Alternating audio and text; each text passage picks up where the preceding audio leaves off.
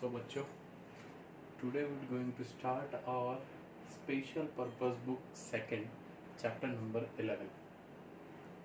हमने पिछले चैप्टर में कैश बुक के बारे में पढ़ा था, वो थी हमारी स्पेशल पर्पस बुक फर्स्ट।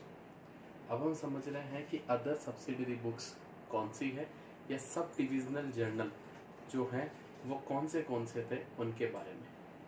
तो कैश बुक हमने समझा, उसके बाद हमारी बची हुई कुछ सब्सिडरी बुक्स हैं जिनके बारे में हम इस चैप्टर में समझेंगे। Subdivision of journal, we have divided the journal into two parts. First is subsidiary books and the other one is journal proper. In subsidiary books we have to prepare 5 types of books. First one is cash book, second purchase book, third sales book, fourth purchase return book and fifth sales return book. Cash book is prepared for recording all cash transactions. Means cash book में वो transaction record किए जाते हैं जो cash में हुए हैं। Cash book के अंदर कोई भी ऐसा ट्रांजैक्शन रिकॉर्ड नहीं किया जाता जो कैश में नहीं हुआ हो या क्रेडिट पे हुआ हो, तो ऐसे ट्रांजैक्शन को हम कैश बुक में रिकॉर्ड नहीं करते।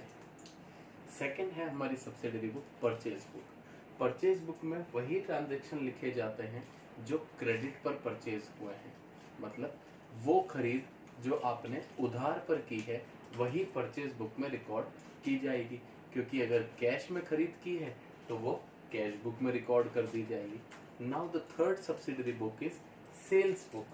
सेल्स बुक वो जो आपने बेचा है वो अगर उधार में बेचा है तो हम उसे सेल्स बुक में लिखेंगे। That means credit sale is recorded in sales book. अगर आपने कैश में बेचा है तो वो किस में रिकॉर्ड होगा? कैश बुक में। फोर्थ बुक है हमारी परचेज रिटर्न बुक। जो भी आपने परचेज किया अगर उसमें से किसी कारण से, डैमेज की वजह से, हमें पसंद नहीं आया उसकी वजह से या किसी और वजह से अगर हम हमारे प्रोडक्ट को रिटर्न कर रहे हैं, जो हमने परचेज किया उस प्रोडक्ट को अगर हम रिटर्न कर रहे हैं तो हम उसे परचेज रिटर्न बुक में लिखेंगे।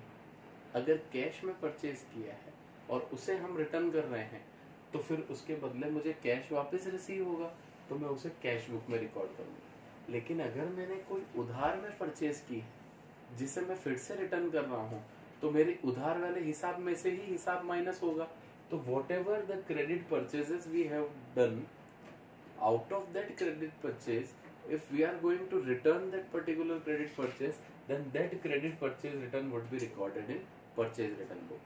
In the same way we have to prepare sales return book. It is our last subsidiary book, that is fifth subsidiary book, in which we are going to record all the credit sales which we have returned or which we have received as a return from our customer. That credit sales return would be recorded in sales return book. Okay, and the last division of journal is journal proper. अब journal proper क्या है? journal proper वो book है जिसे हम बहुत simple language में समझे तो कोई भी ऐसा ट्रांजेक्शन जिसके अंदर या कोई भी ऐसा ट्रांजेक्शन जो हमारी इन सब्सिडरी बुक्स में डील नहीं किया जाता, वो सारे ट्रांजेक्शन जर्नल प्रॉपर में रिकॉर्ड किए जाएंगे।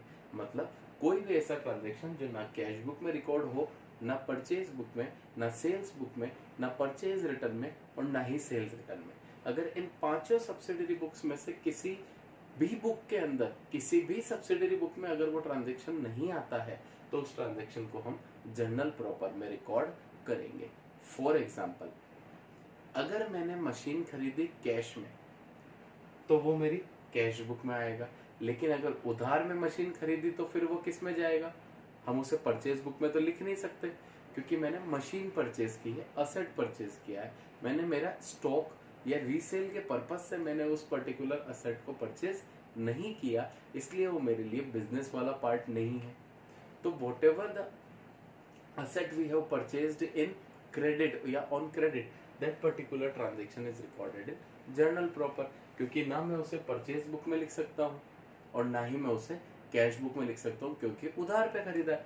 तो उधार पर अगर हमने मशीन परचेज की है तो वो मेरे लिए जर्नल प्रॉपर बुक का पार्ट बनता है। सो इन ओवरऑल या in submission we are going to understand that subdivision of journal means we have divided the journal into two parts, subsidiary books and journal proper. Subsidiary books has been divided into 5 parts: cash book where all cash transactions are recorded, purchase book where all credit purchases are recorded, sales book where all credit sales are recorded, purchase return where all credit purchases has been returned is recorded, and sales return where all credit sales has been returned is recorded.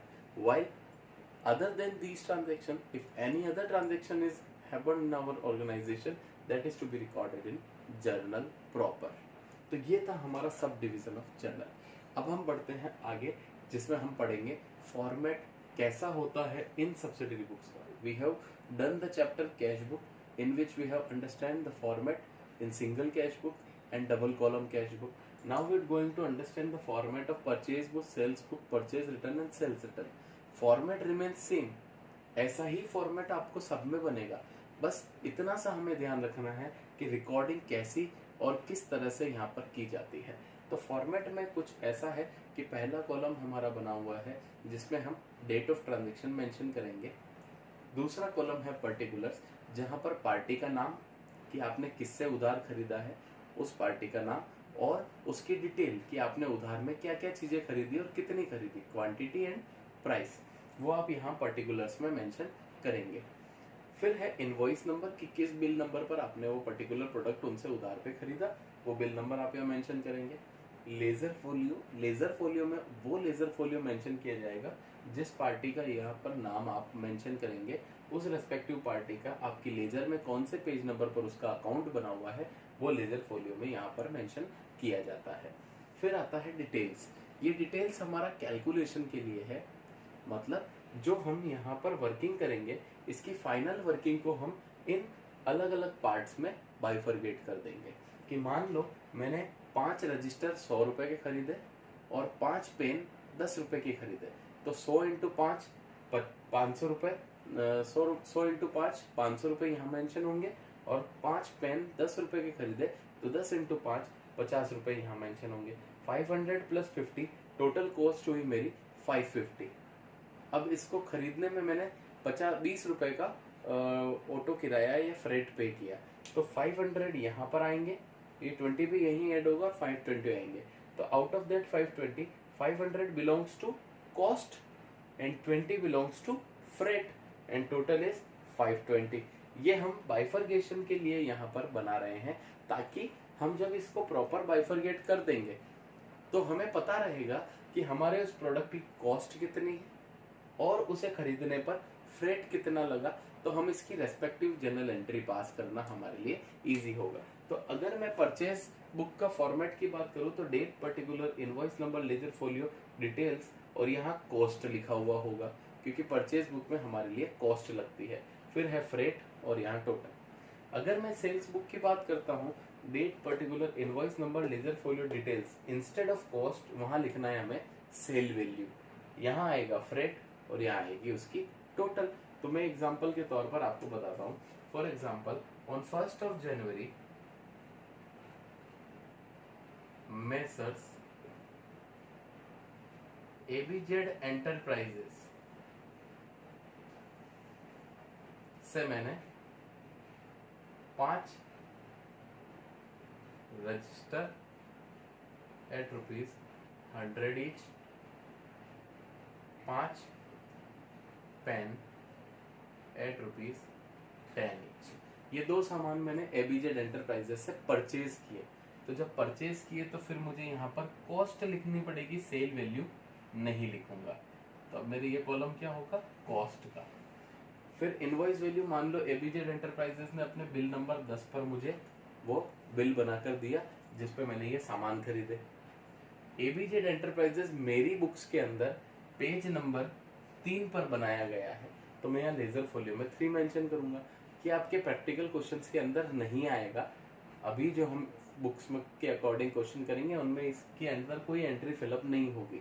But मैं आपको practical aspect में बता रहा हूँ कि आगे जाकर आप कभी इन्हें प्रैक्टिकल एस्पेक्ट में करेंगे तो यहाँ लेजर फोलियो का मतलब है page number as per your ledger book, कि ये अकाउंट उस लेजर बुक के कौन से पेज नंबर पर आ रहा है.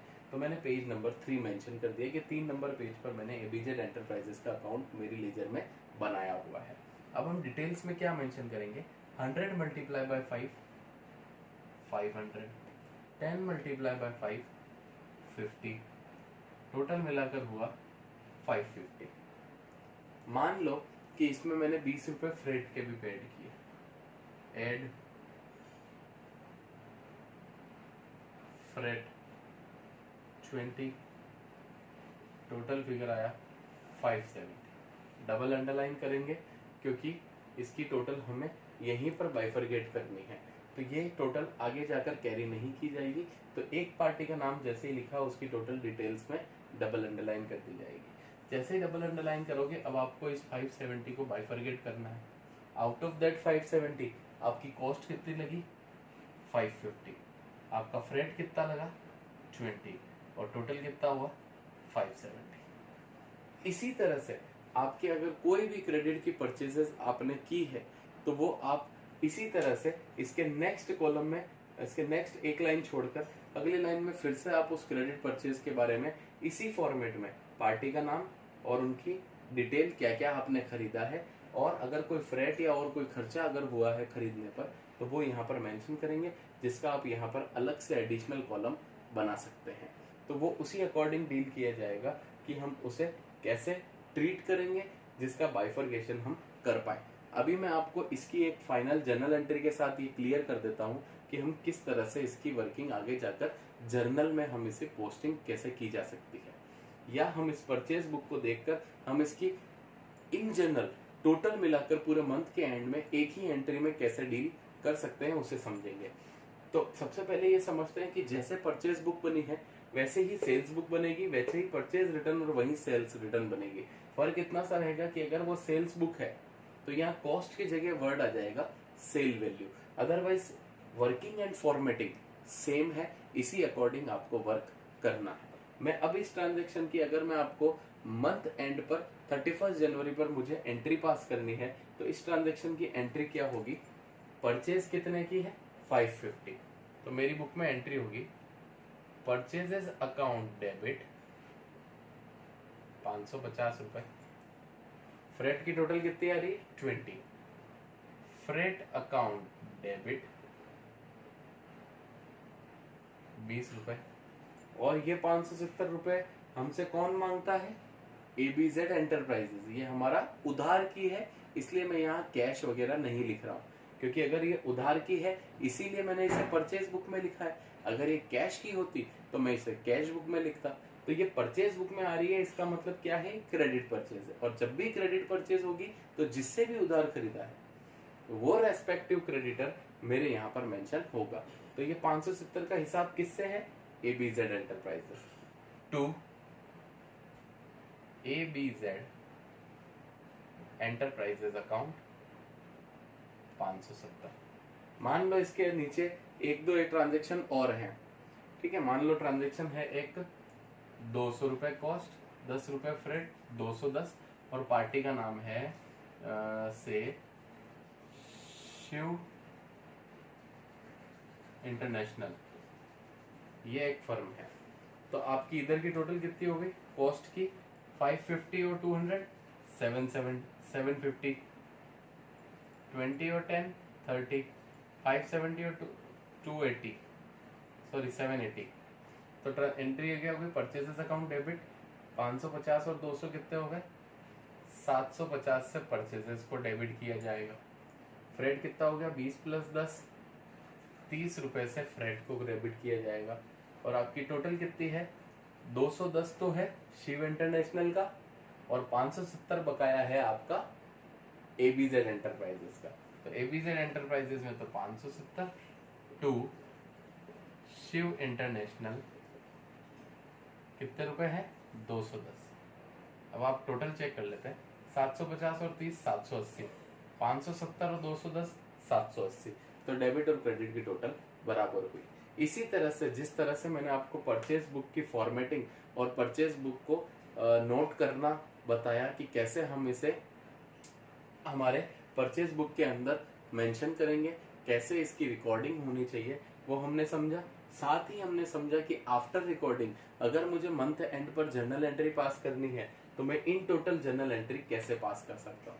इसी तरह से अगर हमें सेल्स बुक भी प्रिपेयर करनी है, सेल्स बुक की एंट्री अगर पास करनी होगी, तो यहाँ परचेजेस और फ्रेट जो यहाँ लिखे हुए हैं ये मेरे लिए यहाँ पर एक्सपेंस है, लेकिन अगर मैं किसी को सेल करते वक्त मैं उनके फ्रेट का किराया भी मैं दे रहा हूँ और वो मुझे आगे से रिसीव होगा तो वो फ्रेट मेरे लिए इनकम होगी।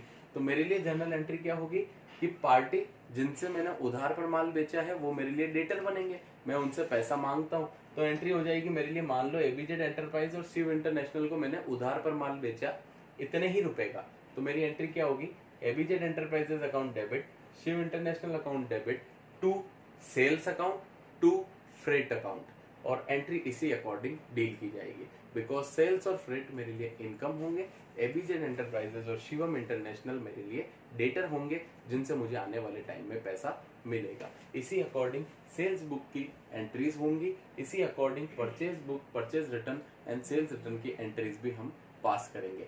इन सब के साथ हमारा चैप्टर जो है सब special purpose book second, all subsidiary books, other subsidiary books के बारे में हमने पढ़ा और समझा, और इन सब के साथ हमारा चैप्टर कंप्लीट होता है। इसके साथ मैं आपको कुछ और थ्योरेटिकल पार्ट पर आपको कुछ क्वेश्चंस जो सॉल्व किए हुए हैं वो आपके साथ शेयर करूंगा, और कुछ अनसोल्व क्वेश्चंस भी मैं आपकी प्रैक्टिस के लिए शेयर करूंगा। Thank you.